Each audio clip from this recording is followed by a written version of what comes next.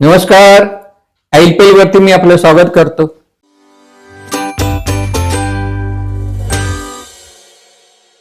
मित्रांनो, नाशिकमध्ये अशी काही घराणी आहेत की जी नाशिकचा नावलौकिक वाढवतात, ज्यांच्याबद्दल सर्व नाशिककरांना अभिमानाने काहीतरी सांगावं असं वाटतं. असंच एक घराणं म्हणजे गोगटे घराणं. गोगट्यांच्या 3-4 पिढ्या वैद्यकीय क्षेत्रात आणि सामाजिक क्षेत्रात खूप मोठं काम करीत आहेत. आणि अण्णासाहेब गोगटे, विम गोगटे, नंतर डॉक्टर विकास गोगटे आणि त्यानंतर त्यांची तिसरी पिढी म्हणजे डॉक्टर यशपाल गोगटे. अशा या पिढ्या नाशिकमध्ये वैद्यकीय क्षेत्रात फार मोठं नावलौकिक मिळवत आहेत. आणि म्हणून मला म्हणजे तुम्हाला आता सांगायला हरकत नाही की अण्णासाहेब म्हणजे डॉक्टर विम गोगटे यांच्याबरोबर मी सार्वजनिक वाचनामध्ये काम केलेलं आहे. नंतर त्यांचे चिरंजीव डॉक्टर विकास गोगटे यांच्याही संदर्भामध्ये माझी चांगली त्यांची ओळख आहे, संवाद होत असतो. आणि आज खूप आनंदाची गोष्ट आहे की अण्णासाहेबांचे नातू डॉक्टर यशपाल गोगटे, ख्यातकीर्त डॉक्टर नाशिकचे, अतिशय तरुण, ते आज IPL वरती आलेले आहेत. डॉक्टर, वेळ काढून आपण आलेले आहात त्याबद्दल खूप आनंद होतोय. मनापासून धन्यवाद देतो आणि आपलं स्वागत करतो. नमस्कार. मधुमेह याविषयी त्यांचा अनुभव मोठा दांडगा आहे, त्यांचा अभ्यास खूप दांडगा आहे. आणि म्हणून आज याच विषयावरती आपण जरा त्यांच्याशी गोड बोलूया, कारण विषय पण गोड आहे. मधुमेह. ते MBBS झालेले आहेत, MD आहे, DM आहे आणि एंडोक्रायनॉलॉजी याविषयी त्यांचे स्पेशलायझेशन झालेले, म्हणजे हार्मोन्स आणि थायरॉइड याविषयी त्यांचा अभ्यास खूप आहे. आणि अनेक रुग्णांना म्हणजे मला अनेक असे रुग्ण माझे स्नेही भेटलेत जे 70-80च्या जवळपास आहेत. त्यामुळे आज आम्ही जो काही आहोत, आज आमची जी तब्येत उत्तम आहे ती डॉक्टर गोगट्यांमुळे. आणि म्हणून अर्थात मी त्यांचाच एक पेशंट असल्यामुळे माझी तब्येत त्यांच्यामुळे अतिशय छान आहे, आनंदी आहे. आणि म्हणून याच आनंदामध्ये मी त्यांना तुमच्याशी संवाद साधायला बोलवलंय. डॉक्टर, आता आपण आपल्या गप्पांना सुरू करूया. मी काही जास्त बोलणार नाही, कारण आपला वेळ फार महत्वाचा आहे.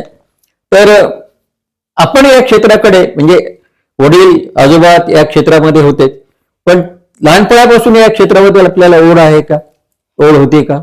काही प्रमाणात लहानपणापासून ओढ होती, कारण आजोबांना काही प्रमाणात पाहिलं, वडिलांना पाहिलं, तसंच माझी आई पण डॉक्टर आहे, तिला पण काम करताना पाहिलं. त्यामुळे काही प्रमाणात एक आपण म्हणतो ना फॅमिलिअरिटी या विषयाबद्दल होती. आणि परत शाळेत शिकताना सुद्धा बायोलॉजी हा विषय आवडायचा. तो विषय आवडायला लागला. मग त्याच्यानंतर पुढे जाऊन ज्यावेळेस बॉटनी, झुऑलॉजी हा विषय 11वी-12वीत आले, त्यावेळेस त्याच्यात एक इंटरेस्ट डेव्हलप झाला. आणि मग ठरवलं की अरे हा आवडीचा पण विषय आहे आणि यात एक लकीली फॅमिली जी बॅकग्राऊंड म्हणतो आपण त्याचाही फायदा मिळेल, म्हणून मग हा विषय निवडला आणि पुढे MBBS, MD आणि DM याच विषयामध्ये केलं. मग ही साईड आपल्याला घ्यावीशी का वाटली की मधुमेह किंवा इतर जो आपण जो स्पेशलायझेशन? आमच्या MBBSच्या शिक्षणामध्ये फर्स्ट इयरला फिजिओलॉजी म्हणून एक पर्टिक्युलर विषय असतो. सो त्या फिजिओलॉजी या विषयामध्ये एंडोक्राईन सिस्टीम म्हणजे हार्मोन्सची सिस्टीम.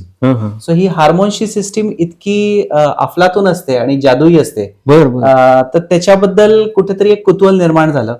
आणि त्यामुळे त्याच वेळेस ठरवलं की अरे हा विषय काहीतरी वेगळा आहे आणि ह्याच्याबद्दल आणखीन अभ्यास केला पाहिजे. म्हणून मग MBBS नंतर ठरवलं की त्या पहिले MD लागतं आणि मग MDचं शिक्षण झाल्यानंतर मग DM एंडोक्राईन असतं. सो त्यामुळे हा खूप मोठा अभ्यासाचा ड्युरेशन खूप मोठं होतं, पण तरी ते निवडताना फर्स्ट इयर पासूनच त्या विषयात इंटरेस्ट निर्माण झाला. मग पुढे पण ठरवलं की तोच विषय घ्यावा असं. आणि लकीली देवाच्या कृपेने काही प्रमाणात शिक्षकांच्या सगळ्या त्यांची जी शिकवण मिळाली त्याच्या ह्याच्यानी ह्या विषयामध्ये सीट्स ऍक्च्युली खूप कमी असतात, म्हणजे अगदी बोटावर मोजण्या एवढ्या सीट्स असतात. तर त्याच्यात लकीली मला ऍडमिशन मिळाली आणि मग DM एंडोक्राईन हा विषय मी निवडला. म्हणजे हा मी प्रश्न मुद्दाम विचारला, कारण आवड असेल तर माणूस पुढे त्याच्या श्रद्धेने काम करतो आणि तो पुढे जाऊ शकतो. अगदी काहीच करता नाही आलं म्हणून काहीतरी केलं असं त्यांच्या बाबतीत झालेलं नाहीये. त्याच्यामुळे या क्षेत्रामध्ये त्यांनी जी पुढे झेप घेतली त्या संदर्भात आपण बोलू.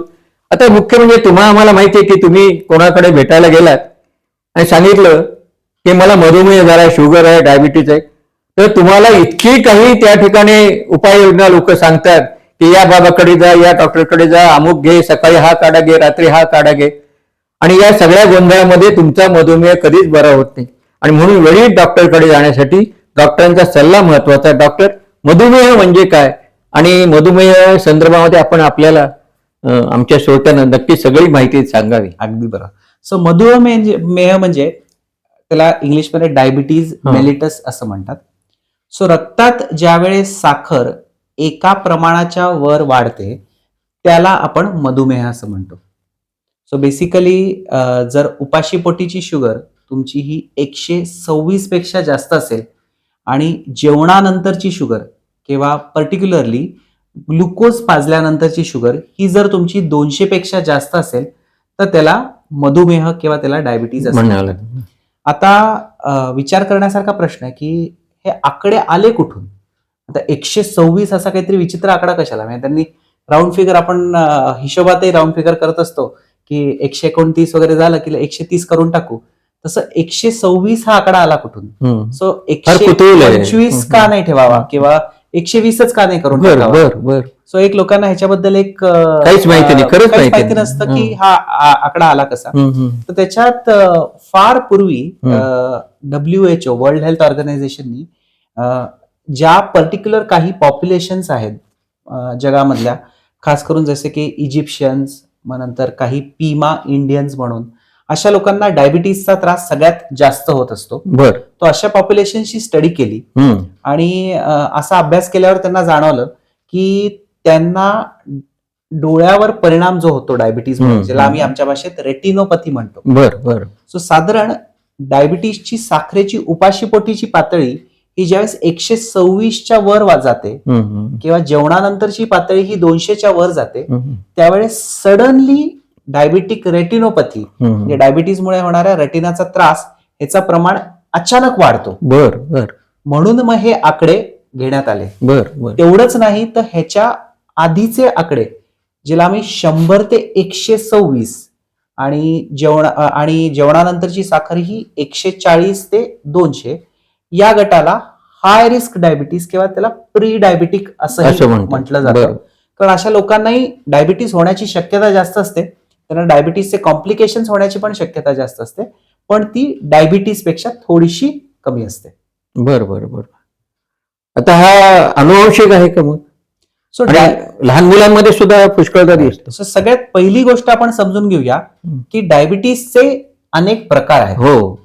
सो कॉमन असलेले 2 मेन प्रकार आहेत ज्याच्याबद्दल आज मी बोलणार आहे. बोला. सो एक आहे टाईप 1 डायबिटीज आणि दुसरा आहे type 2 diabetes. So type 1 diabetes जो असतो तो खास करून मुलांमध्ये युजली आपल्याला जास्त आढळतो. कोणत्या वयात? युजली हा 18च्या आतील वयात आढळतो.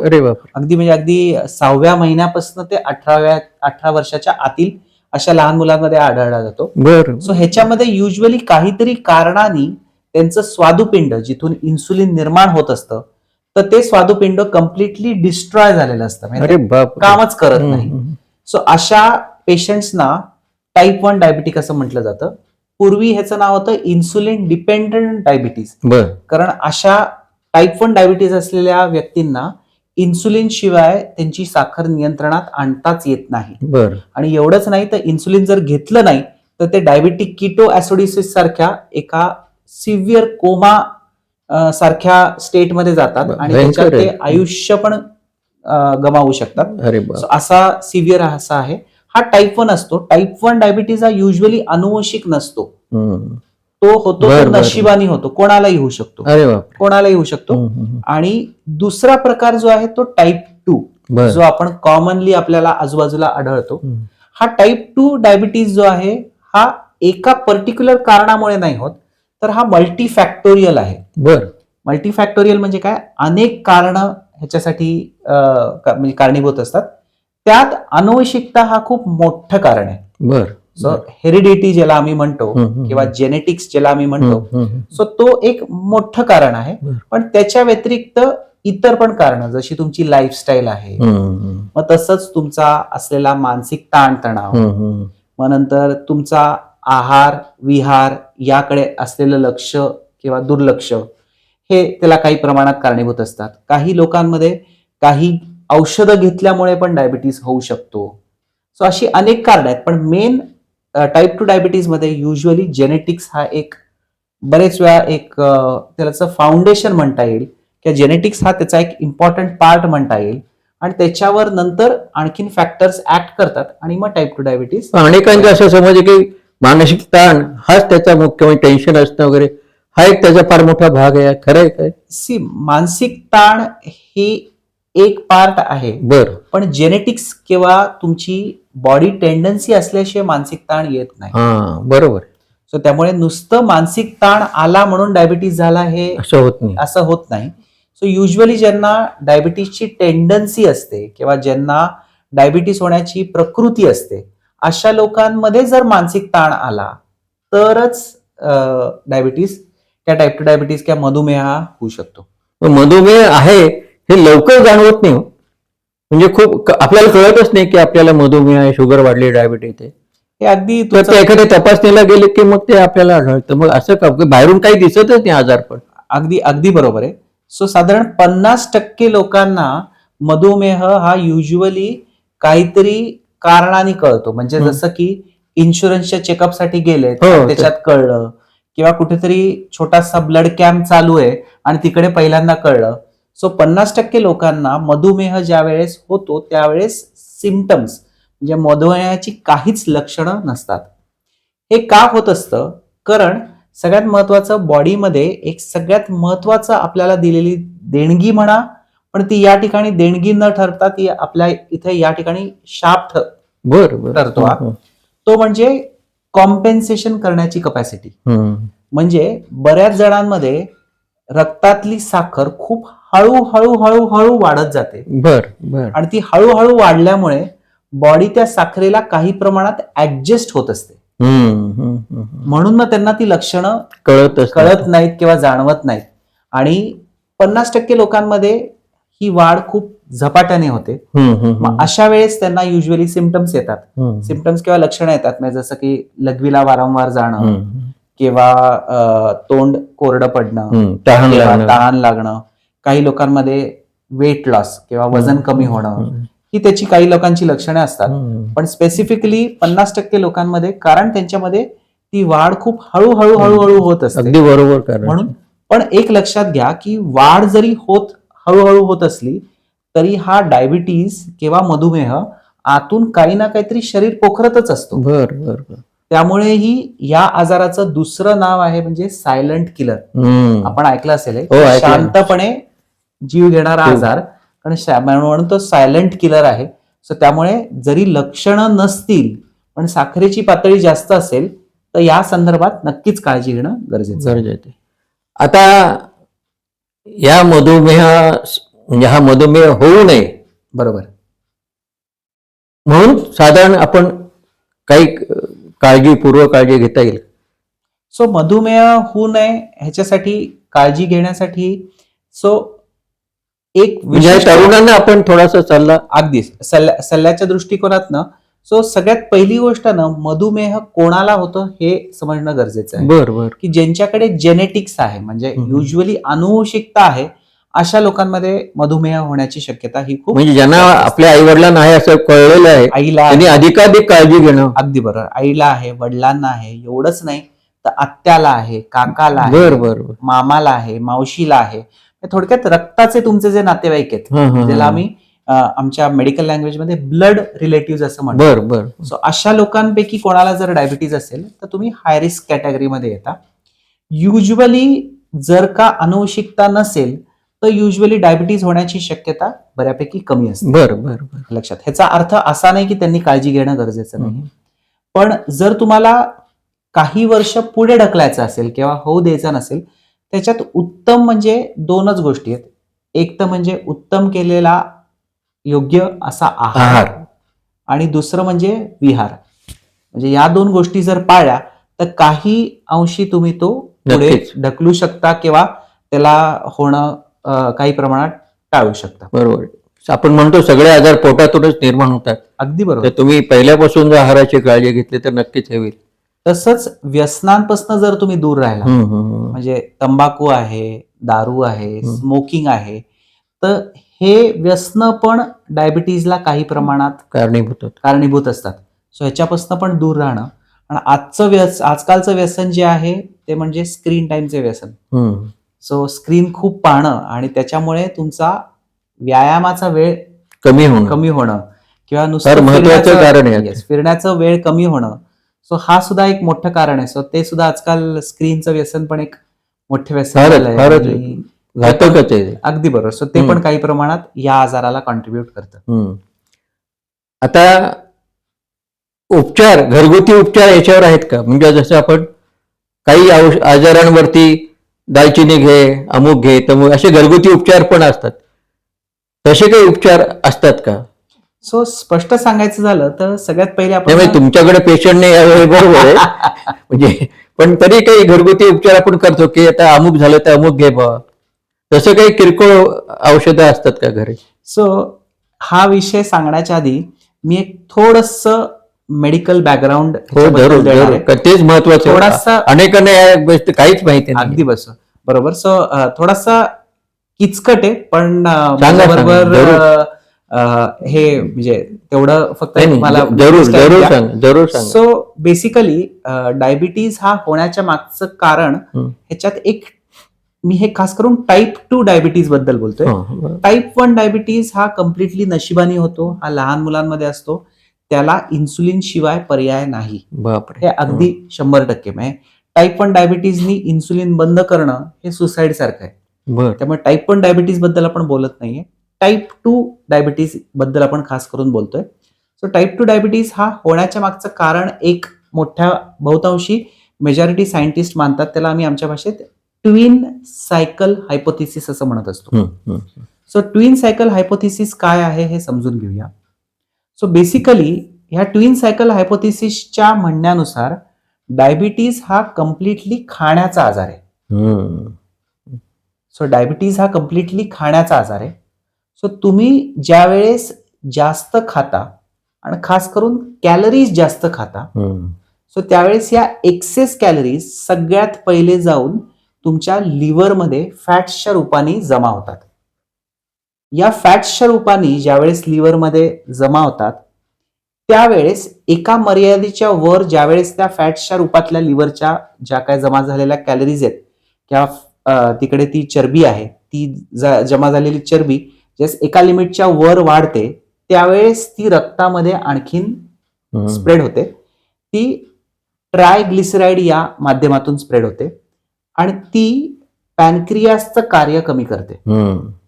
सो त्याला आम्ही म्हणतो ट्विन सायकल. का तर पहिल्यांदा लिव्हर बाधित होते आणि त्याच्याच जोडीला नंतर पॅनक्रियास किंवा स्वादुपिंड जिथून इन्सुलिन बनतं तो इम्पॅक्ट होतो. आणि हे दोन्हीही ज्यावेळेस काम करणं ह्यांचं कमी होऊन जातं त्यावेळेस ऑटोमॅटिकली तुमच्या शरीरातलं इन्सुलिन प्रोडक्शन आणि चय अपचय जे आहे ते ऑटोमॅटिकली थांबून जातं.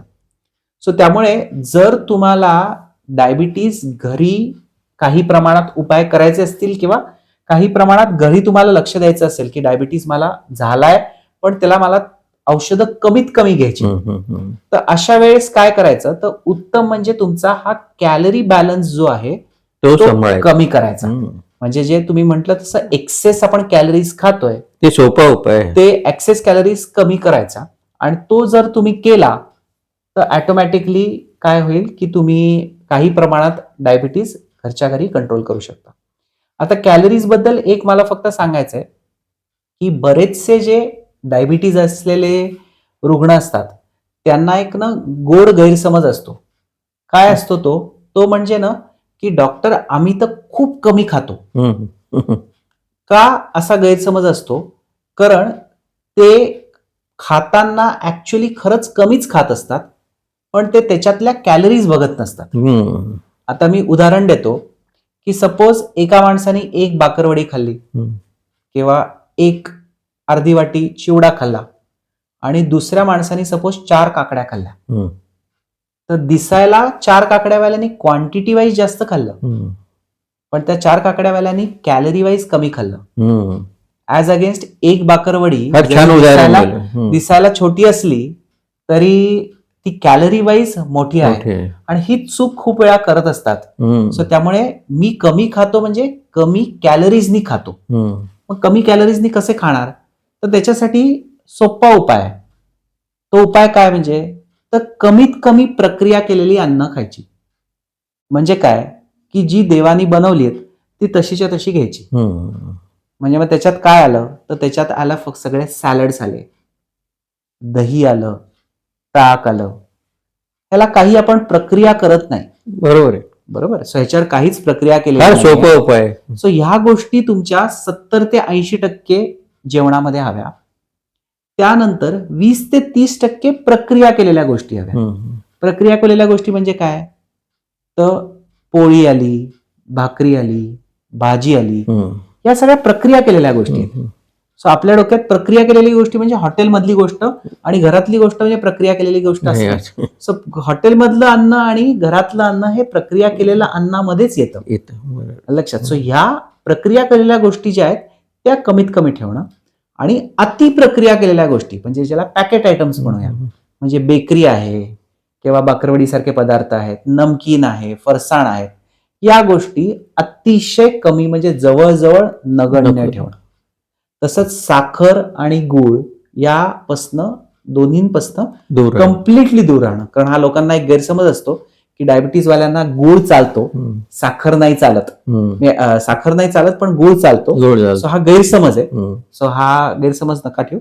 सो त्यामुळे कमीत कमी प्रक्रिया केलेलं अन्न जर तुम्ही आपाप खायला लागला तर ऑटोमॅटिकली काय होईल, तुमचा पॉझिटिव्ह कॅलरी बॅलन्स कमी होऊन जाईल, तुमचं वजन कमी होईल. हम्म. वजन कमी झालं तर बहुतांशी डायबिटीज हा कमी होईल. कम्प्लिटली वजन सुद्धा महत्वाचं आहे ना. अतिशय महत्वाचं आहे. हम्म. सो वजन आणि चरबीचा टक्का हा अतिशय महत्वाचा आहे.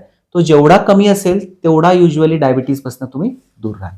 आता डायबिटीज झाल्यानंतर या सगळ्या गोष्टींची काळजी घेतली तर डायबिटीज पूर्ण बरा होतो किंवा आपलं औषधही बरं होऊ शकतं डॉक्टरांकडनं घेणार आहे.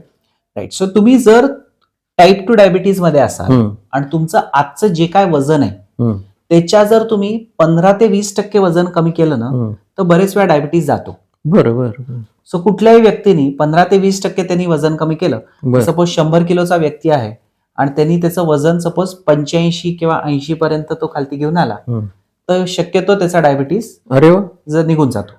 हे युजली आम्हाला निदर्शनास आलंय आणि ते बऱ्याचशा स्टडीजनी पण प्रूव्ह केलंय. बरं. जशी की बॅरिएट्रिक सर्जरी, म्हणजे काही लोक पोटाची सर्जरी करतात आणि हम्म. पोटाचा सर्जरी करून पोटाचा भाग कमी करतात हम्म. आणि पोटाचा भाग कमी केल्यावर आपाप त्यांना कमी खाता येतं आणि बरं. त्यामुळे त्यांचं ऑटोमॅटिकली वजन उतरतं आणि अशा लोकांचा डायबिटीज युजली निघून जातो. म्हणजे हा एक मार्ग आहे की ज्याच्याने आपल्याला डायबिटीज कमी करता येतो. पण हा खास करून वजनदार लोकांसाठी. पण कुठल्याही व्यक्तीने टाईप 2 डायबिटीजच्या व्यक्तीने ऑफकोर्स की जर त्यांनी वजन कमी केलं तर नक्कीच त्याचा डायबिटीज काही प्रमाणात जाऊ शकतो. आणि एक असा गैरसमज आहे म्हणजे 70-75 नंतर येतोच म्हणे डायबिटीज, तर काही त्याला घाबरायचं काही कारण नाही असं काही नाही ना. घाबरायचं म्हणजे वय झाल्यानंतर येतोच म्हणे. अगदी बरोबर. घाबरायचं कारण नाहीये पेक्षा सो वय वाढल्यावर डायबिटीज होण्याची शक्यता वाढते. बरं. जितकं तुमचं वय जास्त तितकं डायबिटीज होण्याची शक्यता जास्त. पण एक समजून घ्या की डायबिटीज हा आजार लॉंग टर्म मध्ये इफेक्ट करतो. म्हणजे काय, त्याचे जे दुष्परिणाम दिसतात ते दुष्परिणाम दिसायला 15 ते 20 वर्ष लागत असतात. बरं. सो आता एखादा व्यक्ती 70-75 प्लस असेल तर त्याला 5-10 वर्ष अगदी 15 वर्ष काळजी करतो. अगदी बरोबर. 15 वर्षांनी त्याला डायबिटीजचे दुष्परिणाम दिसले तरी त्याला आता खाऊन घेऊ फारसा फरक पडणार पडत नाही. त्यामुळे काही प्रमाणात जो समज आहे की 70-75 नंतर झालेला डायबिटीस फार सिव्हिअर नसतो, हे काही प्रमाणात सत्य आहे कारण त्याचं आयुष्यच त्याच्या पुढचं छोटं असतं. पण अनफॉर्च्युनेटली ज्यांना 70-75 नंतर डायबिटीज होतो, सो अशा लोकांमध्ये तो डायबिटीज काही वेळेस खूप फास्ट वाढू शकतो. बरं. प्रोग्रेसिव्ह पण फास्ट असू शकतो. म्हणून मग अशा लोकांना डायबिटीजचे कॉम्प्लिकेशन्स हे लवकर होऊ शकतात. त्यामुळे जितका यंग माणसाने काळजी घ्यायची आहे तेवढीच त्यांनी पण तितकी गरज नाहीये. त्याच्यापेक्षा थोडीशी कमी घेतली 70-75 मधल्या नंतरच्या लोकांनी तरी चालेल. पण यंग लोकांनी ते 100%च घेणं गरजेचं आहे. पण 70-75 नंतर सुद्धा तुम्ही जर जास्तीत जास्त काळजी घेतली तर मे बी तुमचं आयुष्य आणखीन चांगल्या प्रकारे नक्कीच तुम्ही आणि जगू शकाल. म्हातारपण विकलांग होणार नाही. कारण डायबिटीजमुळे अनेक गँग्रीन म्हणा किंवा अंधत्व आणखीन काय काय अगदी बरोबर. होतात. सो डायबिटीज हा ना म्हणजे मारणाऱ्यापेक्षा तो मॉर्बिडिटी वाढवणारा जास्त आजार आहे. हम्म, त्याच्यात कॉम्प्लिकेशन्स होण्याची शक्यता जास्त असते. हम्म, हम्म. सो डायबिटीजचे कॉम्प्लिकेशन्स हे अगदी नखशिखांत असतात. म्हणजे अगदी नखापासून ते शिखापर्यंत प्रत्येक शरीरातला अवयव डायबिटीज हा खराब करू शकतो. कसं काय हो साखरेमुळे एवढं हे होतं? कारण साखर ही शरीराचं चलन आहे. बरं.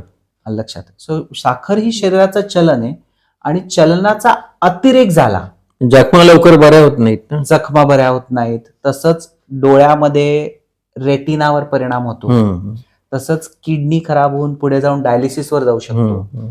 मग नंतर पायाचं रक्तपुरवठा होत नाही आणि पायाच्या जखमा भरत नाहीत, हो, ज्याला गँग्रीन असं हो, म्हटलं अनेकांचे जातं. पाय कापले. मग नंतर डायबिटिक कार्डिओमायोपॅथी म्हणजे डायबिटीजमुळे हार्टवर होणारा परिणाम असतो. हम्म.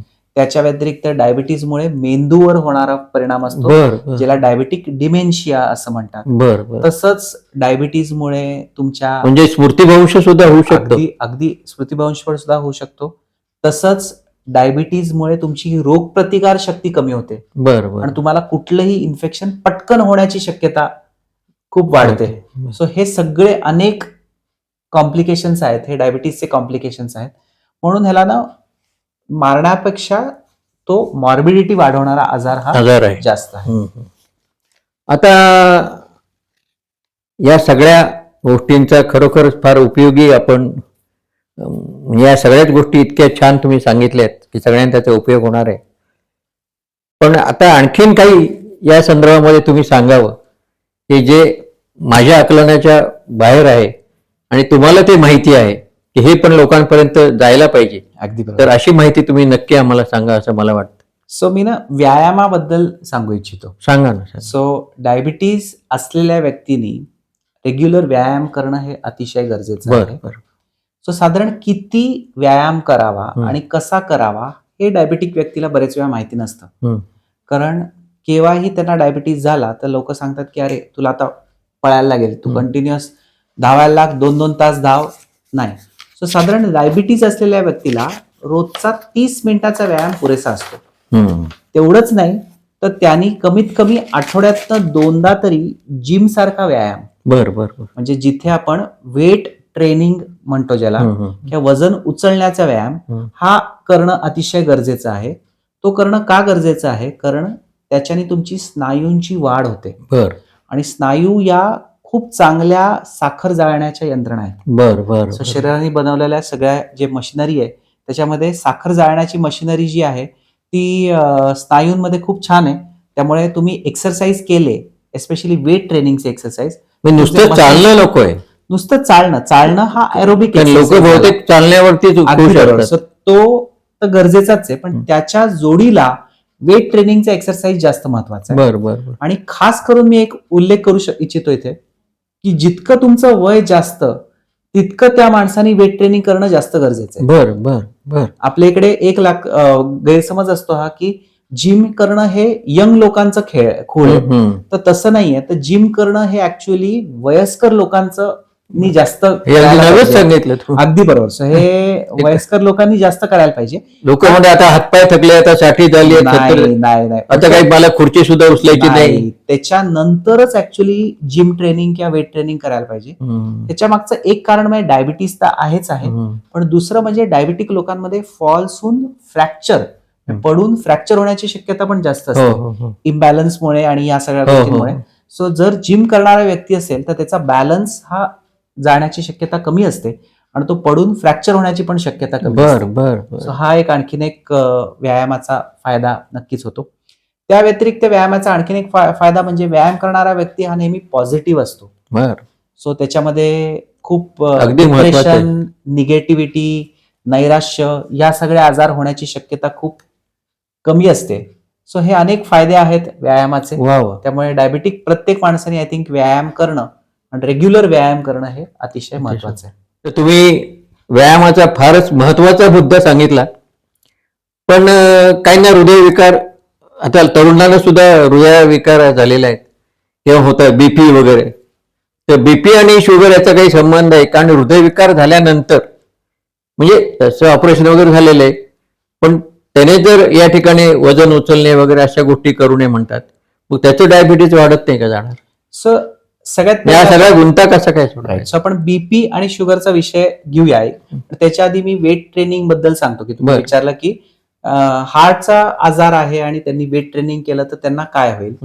तसं केव्हा आपण ऐकतो काही काही वेळेस की जिम मधले व्यक्ती अचानक पडले आणि त्यांचा हार्ट अटॅकनी मृत्यू झाला, किंवा काही काही चांगले मॉडेल्स त्यांचा जिम मध्ये कोसळून ते अचानक गेले. असं पुष्कळ ही एक भीती नेहमी लोकांच्या डोक्यात असते.